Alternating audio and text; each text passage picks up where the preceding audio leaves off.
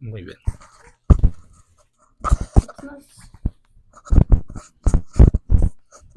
Hola, buenas tardes. Nosotras somos Nailea Félix. Ay, perdón, otra vez, vamos a empezar. Y yo, ¿cómo quiero que hables, verdad? Ok. Hola, buenas tardes. Nosotros somos Nailea Félix y Abigail Uribe, estudiantes de Psicología Sabatino en la Universidad Vizcaya de las Américas. Esta clase es licenciatura jurídica y estamos aquí con el psicólogo Federico. Eres bye. Eres bye. Un poquito complicado el apellido, ¿verdad? Sí, justo queremos iniciar esta entrevista. Si nos puedes preguntando qué es lo que ha estudiado hasta el momento.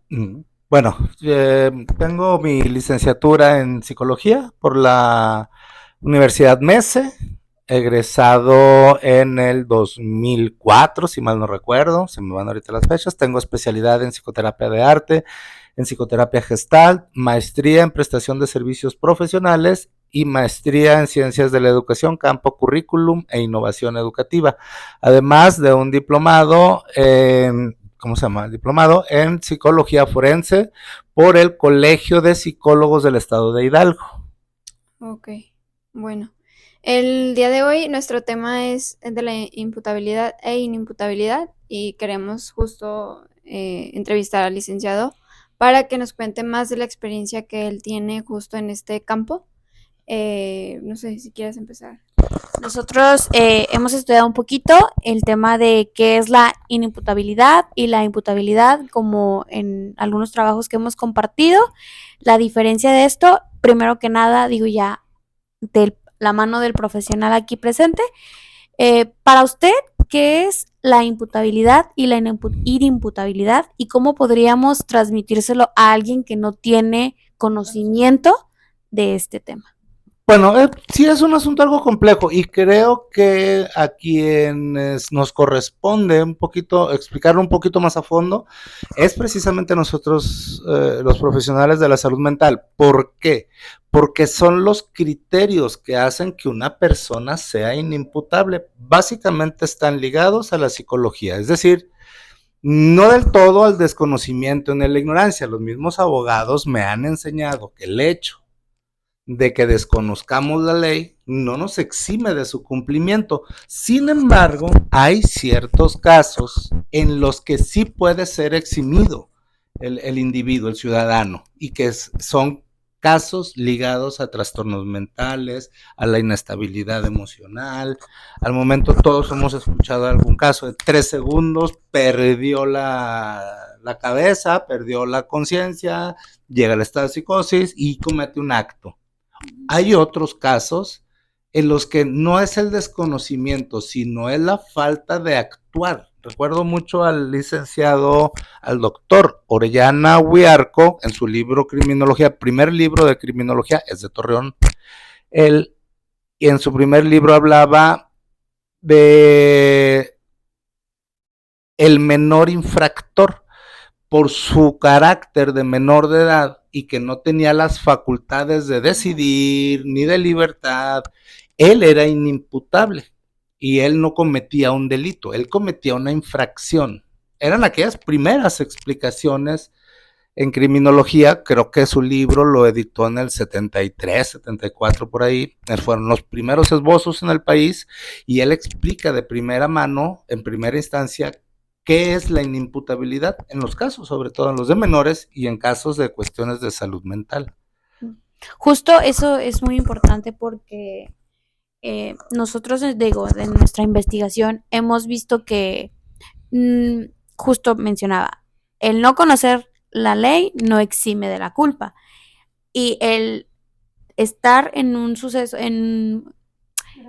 como en un brote psicótico es lo que va a definir si justamente, aunque nosotros seamos personas con algún trastorno, puede llegar a dictaminar el de si es o no es inimputable, que era lo interesante que al menos en lo personal yo decía, ok, ni siquiera el hecho de que esté pasando por un tema psicológico Uh -huh. exime a la persona, ¿no?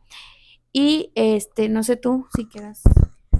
Pues sí, en este caso es una de nuestras preguntas, el de cómo es que se toman estos criterios para que a la persona se le dé la sentencia por este brote psicótico y que causó el delito.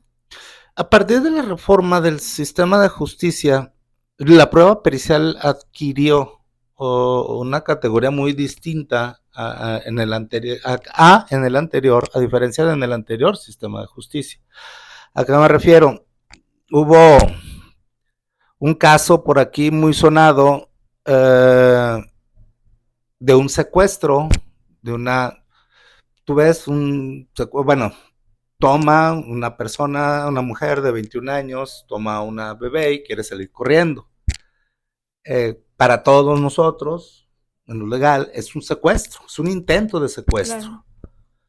Llego yo al Cerezo a hacer la prueba pericial, llevaba yo unas pruebas algo más elaboradas y me doy cuenta que no me puede responder ni las más elementales. Entonces aplico una prueba gráfica, el test de Dominos es una prueba gráfica de coeficiente intelectual que no necesita ni siquiera un nivel de estudios y ahí me sale que tiene discapacidad intelectual y una edad madurativa de 5 años, apoyado con figura humana, con pruebas elementales por la misma naturaleza del caso. Entonces esto fue uno de los elementos de los que el abogado se tomó para decir, es que es inimputable, porque tiene una edad de 5 años, porque tiene discapacidad intelectual. Claro que si lo ponemos en perspectiva, la negligencia vino en otro caso, vino desde otro lado, o pudiéramos decir el delito o la falta, porque ahí el caso es negligencia parental, porque la mamá no le ofreció educación básica. En este caso ella necesitaría educación especial. Digo, ya no dije nada porque yo estaba del lado pero yo le dije, tiene 5 años, intelectualmente hablando, tiene discapacidad intelectual. Ya en el juicio me preguntaron, bueno, pero no, quiso secuestrar. No, si le preguntas a ella no se robó una muñeca. Claro. Sí. Persígueme, era una travesura. Okay. Entonces, si le preguntas a ella, ¿no?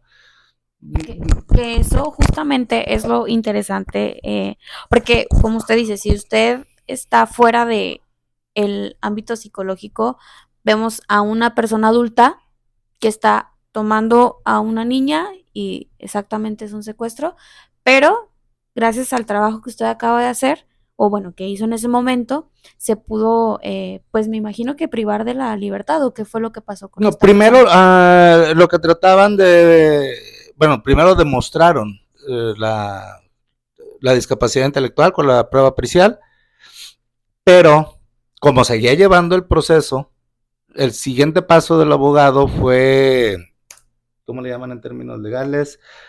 Como que cambiar el peritaje. No, sino la custodia, que no llevara el proceso en prisión. Tiene un nombre que le llaman los abogados. Ya, justo. Y ahorita justo se me acaba de ir, Sí, es cuando una persona justo se le da la inimputabilidad y se le puede dar como esta sentencia, pero desde la parte familiar, o sea, acompañada de familia. Continúa su proceso, pero resguardada en otra parte. Con medicamento, con asesoría, con en atención. Su casa, de hecho estaba en su casa, ella llevó su proceso, fue juzgada como adulto, como ciudadana, pero desde su casa. Sí. Ya no había necesidad de que estuviera en el reclusorio, porque eso es precisamente uno de los criterios que utilizó el abogado para determinar que no debería de llevar el proceso dentro de la penitenciaría, dentro del Ceferezo, porque dice una persona de 5 años, ¿qué va a hacer? Dentro de entre presos, entre delincuentes, va a mimetizar conductas. Entonces vamos a tener, en lugar de estar previniendo el delito, lo vamos a estar fomentando en una persona que no tiene el criterio de un adulto y que sin embargo va a estar departiendo entre adultos de quienes puede aprender nuevas conductas. Claro. Y, o sea, también esta parte de qué tan importante es que estas personas estén justo en un lugar donde se les esté atendiendo de una manera que sea, digamos, eh, justo para ellos, tienen otro tipo de realidad Ujú. a la de un delincuente, Tóndolo. ajá, con No, no, voluntad. bueno, entendamos una perfilación, ¿no? Y a lo mejor, no sé, para si lo tratas de entender desde un caso de algún narcisista malicioso, el que incluso que le hizo el favor a matarlo de 25 puñaladas, ¿no? Ujú. No el caso de una chica que no es, que tiene discapacidad intelectual, no recibió educación especial, no desarrolló habilidades adaptativas, no está cometiendo un delito. No hay la conciencia, ni la decisión, ni la elección de cometer un delito. Justo. Eso es muy interesante porque en la investigación que hemos estado llevando, mencionando cuando una persona sí, ¿qué es lo que hace? Que aunque esta persona tenga una discapacidad mental, que sí le brindó la oportunidad de que se le llegara a dictaminar como una persona inimputable. En ese momento estaba pasando por un brote psicótico, No, no, no, ¿no? no. Fue, es su conducta habitual. La circunstancia ahí que hizo la pequeña diferencia es que en ese momento ella andaba sola sin la compañía de su mamá. No fue un brote psicótico. ¿No? Realmente ella lo que estaba haciendo era jugando. Llega, y más o menos tengo las declaraciones que hay ahí de los testigos. Llega, le dice, qué bonito niño, ¿me dejas cargarlo? Y le dice, no, estaban en un mercadito. El caso fue muy sonado. En un tianguis, y luego le dice, ¿esa blusa cuánto cuesta? Me la enseñas, y en lo que se voltea la mamá de la niña, ella la agarra y trata de salir corriendo. ¿Por qué? Porque le gustó la niña, porque la quería cargar, porque estaba gordita, porque ella quería agarrarla. No, no puede desarrollar, no hay, cuando tienes discapacidad intelectual, no hay premeditación de hechos, no hay una conexión de causa-consecuencia. Entonces no puedes suponer que estabas cometiendo un delito. Claro. Y todos los trastornos como tal, bueno, a esta persona era la discapacidad intelectual. A todas las personas que tienen algún trastorno como tal se les puede dictaminar igual, o sea, a todos se les va a eximir por el simple hecho de tener una discapacidad mental. Bueno, eso fue el caso, es un caso de discapacidad. Ajá, No todos son inimputables. justo. En el caso de ella, bueno, se trató de llevar por medio de, de su discapacidad, pero hay muchos otros casos porque no llevó educación especial. Lo que ella necesitó en su momento y en su tiempo fue educación básica. Todos los padres están obligados por ley. Claro. Al no poder a lo mejor tener dificultades para llevarlo en una escuela regular, tenía que haberlo llevado en un centro de atención múltiple y naturalmente la mamá nunca la llevó. Entonces, sí hay un delito que perseguir ahí, sí hay una falta, que es precisamente la negligencia parental. ¿Por qué? Porque la mamá no le otorgó una obligación.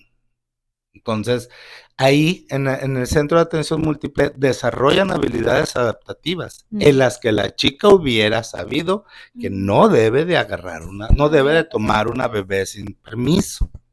Me explico. Había otro delito que perseguir, pero como estábamos centrados acá, y yo aparte, yo iba de parte, la prueba pericial fue de parte de la acusada.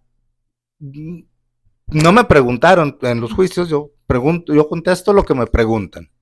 Y no me preguntaron si había delito que perseguir, sí lo había, negligencia parental, pero no el intento de secuestro. ¿Y qué fin tuvo este caso con la chica? Finalmente le cambiaron la medida cautelar. Ah, ya. Esa es la medida cautelar. La llevaron fuera de su casa, llevó su proceso fuera de casa. La sentencia tiene que ser en libertad. Bueno, no en libertad porque hay restricciones. Fue desde su casa. Ah, ok. ¿Qué tipo de restricciones, así como lo menciona, lleva una persona que está privada de su libertad desde casa. O sea, una persona que se le dictamina con imputabilidad, ¿qué tipo de...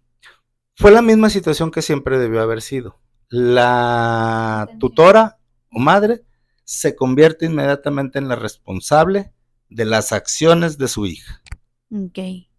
Ese fue el cambio de medida cautelar. O sea, finalmente era la misma, ¿no? Nada más que ahora hay un papel que determina eso, que es el dictamen del juez. Anteriormente, pues no, ya era una adulta, tenía la primaria trunca, quedó hasta cuarto de primaria, nadie sabía, o bueno, lo que pasa es que no sé, a diferencia del síndrome de Down, que tiene rasgos característicos físicos, la discapacidad intelectual no la tiene.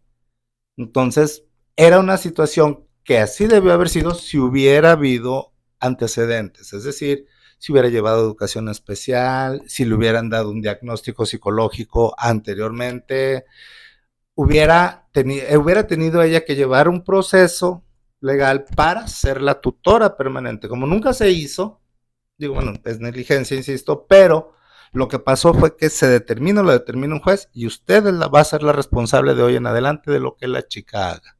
Y que en este caso, cuando se le responsabiliza a los tutores, en caso de que llegara, por ejemplo, a incurrir otra vez en un delito, ahí ya irían, pero por los familiares, por los tutores que quedaron a cargo. La mamá y el tío, que fueron los que quedaron a cargo. Sí, y a ellos sí se les estaría pues responsabilizando del delito. De las acciones, de las acciones que la imputada llega a cometer. Ya es directo hacia el familiar. A la inimputada se le dejaría de lado prácticamente. O sea, no se le responsabilizaría. No, o sea, finalmente tiene que haber otras periciales, no sé, en el caso de secuestro que la reconozcan, que efectivamente fue ella. O sea, sí tiene que llevar el proceso. En un segundo caso, a lo mejor, si volviera a repetir las acciones, pues finalmente también habría repercusiones en este caso sobre los tutores. Pero claro que ella entra también al proceso. O sea, sigue siendo la principal, pero con, digamos que, un poquito menos de responsabilidad. Ahora sí sería como debiera ser desde el primero. Ya. ¿Me explico? Sí. O sea, ¿qué fue lo que debió haber dictaminado el juez? Ok, sí, se cambia la medida cautelar, ella no va a la cárcel, pero tu mamá, a ver, ven, porque tú no le ofreciste educación especial. Fue un aspecto que nadie contempló. Nadie lo contempló durante el proceso. Yo sí hablé con la mamá y le dije de cerca, esto es bronca suya. Esto es bronca suya, debió haberle dado educación especial, debió haber hecho esto, debió haber hecho lo otro. Y la mamá no tenía una discapacidad igual que la hija. No, era la hija nada más. Hay gente medio pendeja, nada más. Hay que decirlo, o sea, sí, nada más, sí era un poquito retardada, sí tenía un poquito de... No rasgos, es que, ¿cómo decirlo? No, es que sí hay una diferencia muy importante entre quien a lo mejor no tiene habilidades intelectuales para la vida cotidiana y una persona que tiene discapacidad intelectual. Sí hay una diferencia. Entonces, digo, ustedes ya para terminar, ya más o menos lo deben de saber, quien presenta un coeficiente intelectual de 60 está en el límite, el limítrofe, y hay una pequeña diferencia entre quienes sí pueden, no sé, incorporarse al mundo laboral, a las acciones sociales, que son las habilidades adaptativas. En el mismo coeficiente intelectual, quien no desarrolla habilidades adaptativas es generalmente, por ejemplo, en los casos de esquizofrenia, quien va a los hospitales psiquiátricos. Porque ahí te encuentras gente aparentemente funcional. Incluso recuerdo también mucho un caso de un ingeniero. No me acuerdo la acusación que tenía, en alguna ocasión llevé alumnos al hospital psiquiátrico de Parras, y una persona perfectamente funcional, era ingeniero, tú lo escuchabas platicar. Ya me acordé, era violador serial, si mal no recuerdo. ¿Aquí en el psiquiátrico de Parras? ¿En serio? Sí, y... ¿Eso hace cuánto fue? No, ya lo estaba hablando hace como 10 años. Ok, no, pero no tiene mucho, digo. Me decía la encargada de ahí, del área de psicología, que no llevara más que de quinto cuatrimestre hacia arriba. Entonces, sí, yo cometí el error, colé ahí unas 3 alumnas de tercer cuatrimestre, ya estaban así, que parecían cobija con piojos ahí con él. Pues, ¿cómo te gusta que sea un violador serial, no? Ya. Es muy atractivo, Encantador. es Sí, magnético, un claro. magnetismo. Y si estas chiquillas estaban ahí, parecían cobijas con piojos, me dijo, oye, sí me trajiste. Sí, inmediatamente las detectó. Cuando pasamos al área de visitas a hacer la entrevista con los internos, ellas son de, sí, pues mira, es que es violador serial.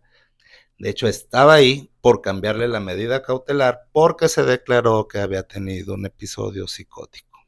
Entonces, el abogado, un abogado muy hábil, lo manejó de esa manera. Y ok, pues lo mandaron al psiquiátrico. No va al Cerezo, no va al Ceferezo, pero va al hospital psiquiátrico. Justo ahí hemos visto que es un cacho bien pequeñito en el de que mucha gente que también abusa de de estos dictámenes, ¿no? Ujú. Y que sí debe de haber mucha honestidad del área de nosotros que somos psicólogos y pues los abogados pues no podemos decir tanto, ¿verdad? Pues al final del día es cliente, pero sí hay mucha gente que también pudiera utilizar estos términos y buscan como que se les dictamine desde esta forma para tener otros beneficios. O no es lo que hemos investigado, se ha visto muchos casos en los que, pues sí, se tratan de hacer pasar por alguien que está en problemas mentales o que tiene no, Es, que no tiene la cognición, ¿no? Pues es que ahí nosotros tenemos un fuerte compromiso. sí. Primero, siempre debe de haber lealtad para con el cliente, pero por encima de la lealtad para con el cliente debe estar la lealtad para con la ética profesional. Claro. Para la detección, porque nosotros analizamos y revisamos aspectos cualitativos para determinar, no sé, una condición psicológica específica. Finalmente, son cualidades y tenemos que transformarlas en cantidades. ¿Qué es lo que hace una casi cualquier prueba psicométrica y proyectiva? Cambiar aspectos cualitativos a aspectos cuantitativos. Les empezó a llamar a algunos corporativos trabajo para Ómnibus de México, para Chubb Seguros, y les empezó a llamar la atención cómo diseñaba mi dictamen. Ellos le llaman dictamen a lo que nosotros le diríamos integración de pruebas, que era que todo se los ponía graficadito, con gráficas. Trato de aplicar pruebas que me den aspectos cuantitativos para que el juez decida si está o no está en condiciones de ser imputado o inimputado, porque quien debe decidir eso es el juez, no el psicólogo. Así es. Entonces, yo le presento numeritos, gráficas, casi palitos y bolitas. Del 1 al 10 tienes 5, del 1 al 10 tienes 7. Tú decides, pregúntame lo que necesites. Yo te voy a resolver las dudas del dictamen, pero la decisión es de un juez. Sí, claro. Y también eso se los digo al abogado cuando vienen y contratan mi servicio. La decisión es del juez. Yo te lo voy a presentar así, ándale, eso es lo que quiero. Y este También. formato es uno que usted creó. Sí, sí, o sea, bueno, de pruebas. Es que tú realmente tratas de integrar o de recolectar las pruebas más apropiadas para encontrar lo que el juez necesita saber, pero procuro yo seleccionar pruebas que me den gráficos, que las pruebas lo traigan ya de antemano, porque muchos aplican, no sé, persona bajo la lluvia es muy común. Sí. Pero te da solamente aspectos cualitativos. No le puedes decir al juez, del 1 al 10 tienes 5. Sí. No, es tu apreciación, lo que esto, que Querol Chávez dice esto, que la nariz, que el cinto, que dice esto. Y es lo más que le puedes dar que le puedes otorgar al juez. Proyectivo. En cambio, por eso también es importante apoyar con una psicométrica para darle esos numeritos. Sí. El test de Wartec también nos ayuda mucho a ponerle gráficamente a un juez cuál es la cantidad de lo que estamos buscando, si es la situación o si es parte de su historia de vida. No sé, por ejemplo, casos de daño moral, ¿no? El daño moral, oye, es que tiene depresión, ansiedad, sí, pero la ha tenido toda su vida, y vienes y me dices que por el choque, no aplica porque la ha tenido toda su vida. Claro. Ok. Sí, justo es que para todo, ¿no? Quieren ser inimputables. Uh-huh. Y sí es una responsabilidad muy grande porque, bien lo menciona, quien tiene la última palabra, obviamente es un juez, pero es un labor pues fundamental el que nosotros hacemos, ¿verdad? Y justo como menciona, tenemos que tener esta ética. ¿Qué es para usted lo más difícil de colaborar, por ejemplo, con dos perfiles como el de un juez, como el de abogados, digo, y como otros perfiles, ¿verdad? Para usted, ¿qué sería lo más complicado? Yo creo que lo más complicado es esta parte humanista, ¿no? Hay casos, no sé, creo yo que tienes que tener muy buen estómago. Ves casos de abuso, ves casos en los que incluso desde el momento que el abogado te dice, mira, tengo un caso de abuso, te lo va a llevar, a lo mejor lo primero que piensas es, no, cuando llegue el abusador me dan ganas de ponerle un madrazo. Claro. Pero luego empiezas a escarbar un poquito en la persona y te das cuenta, de los casos que yo he visto de abuso, te puedo decir la mitad no y la mitad sí. Y la mitad no, y el abuso está siendo por parte de la mamá porque la acusación no tiene fundamento y la está sujetando a una revictimización por revisiones, por esto, por lo otro. Y ver que el sistema de justicia tiene ese tipo de fallas porque no juzgan a la madre. Aunque sepa la madre y sea consciente de que es falsa la acusación, la sujeta a las revisiones, a las pruebas periciales, la revictimiza. Entonces, no le llevan un juicio. Esos son los aspectos que considero yo más difíciles, ver, presenciar, darte cuenta. Y pues tu función ahí sí no puede ser atender más que responder lo que te preguntan. Es esta parte justo, ¿verdad? Humana. Humanista. Uh-huh. Sí, de querer hablar un poquito más y no, estamos limitados a la evidencia científica. Es la confianza que nos tiene el juez, nuestra ciencia y cómo se la vamos a mostrar.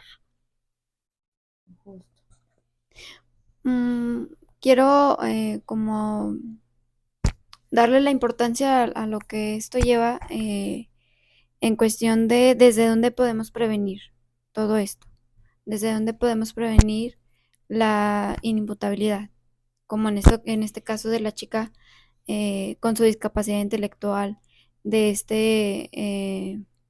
esquizofrénico en Parras. Desde dónde podemos nosotros como psicólogos trabajarlo y llevarlo a cabo para que no existan más casos como estos. Mira, estamos ante un fenómeno que se ha venido, al que le han venido llamando la generación de cristal.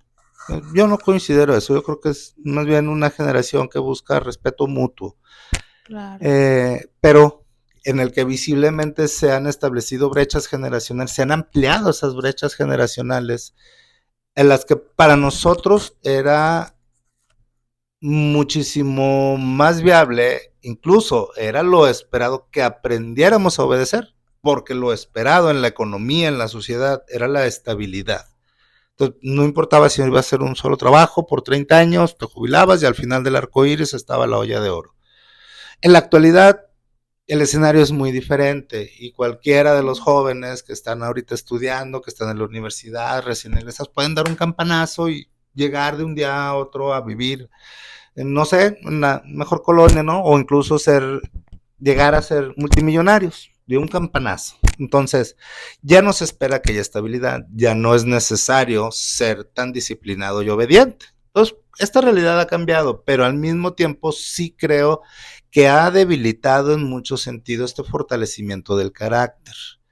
La educación del carácter, que ya algunas escuelas lo están planteando, va TEC de Monterrey, dígase también, bueno, pues el sistema TEC de Monterrey, porque el otro es TEC Milenio.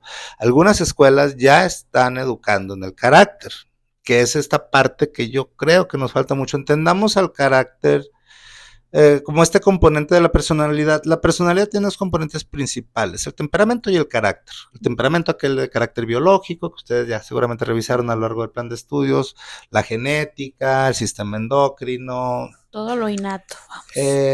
Y el carácter es todo aquello de orden social. Uh-huh. Entonces, una persona que decimos es que tiene mucho carácter, o el deporte fortalece el carácter, te ayuda a no perder la calma, a ser disciplinado, incluso a mantenerte fuera del estrés, en una situación apremiante, no hacer subyacer al cuerpo, o sea, dominar al cuerpo.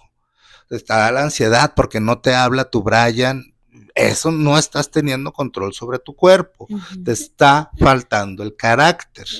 Entonces creo que si empezáramos a inculcar en los sistemas educativos esta formación del carácter, pues ya nada más quedaría en imputar a quien sea imputable y se acabó el problema, porque no hay esa fragilidad de la conciencia, no existe. Sería erradicarla y es muy complejo y tiene que empezar desde la educación básica y elemental, creo yo. No, pues yo creo que bueno, no sé, pues si quieres ir cerrando la entrevista. Justo, la verdad es que sí es un tema que, digo, hay un poquito de información, bueno, no hay un poquito, más bien, al menos en lo personal, yo estaba como fuera del tema. Cuando nos toca estudiarlo y meternos, empaparnos realmente del tema, descubrimos otro mundo que a lo mejor desde nuestro punto de psicología no lo habíamos tocado tan a fondo. Era más clínico, era más humanista, pero y luego está esta parte donde, ok, vas a trabajar con personas al final del día, tienes que ver todos los campos de lo que implica esta persona, de lo que puede ser, de lo que no puede ser, de cómo se le puede dictaminar, y luego a través de eso también ver que vas a trabajar con otras personas que van a ayudarte o no a hacer un trabajo para que una persona pueda estar privada o no de su libertad. Entonces, al menos en lo personal, me llama mucho, ¿verdad? Y la verdad es que es bien interesante el trabajo que usted hace, lo que nos acaba de explicar, es esta parte de estos casos. Yo no estaba enterada, digo, como que también aquí hay, hubo un asesino serial. Es desinformación y la desinformación no exime, ¿verdad? Exacto. Tampoco. Entonces, agradecemos muchísimo el tiempo que nos acaba de compartir. Consideramos que somos muy afortunadas por llegar con usted. No, sí, el afortunado fui yo que de pura casualidad llegué a este asunto de la psicología jurídica. Y yo creo que eso no es por casualidad, ¿no? Por algo, llegó. Ajá, por algo estamos aquí. Le queremos agradecer bastante que haya tomado esta entrevista. Con mucho Y gusto. cualquier cosa que nos pueda compartir, para nosotros también transmitirlo con nosotros compañeros. Digo, esta entrevista yo creo que les va a gustar mucho. Van a enriquecerse así como nosotras lo hicimos. Entonces, pues... Pausa. Sí. Bueno, ya estamos terminando esto. Agradecemos mucho su tiempo y pues esperamos que les haya gustado mucho esta entrevista. Pues nos despedimos. Muchas gracias por la atención y la entrevista y esperamos pues volvernos a topar en el camino porque pues uno nunca sabe dónde va a estar. Acá los esperamos en la psicología. Muy bien. Pues muchas gracias. Gracias a ustedes.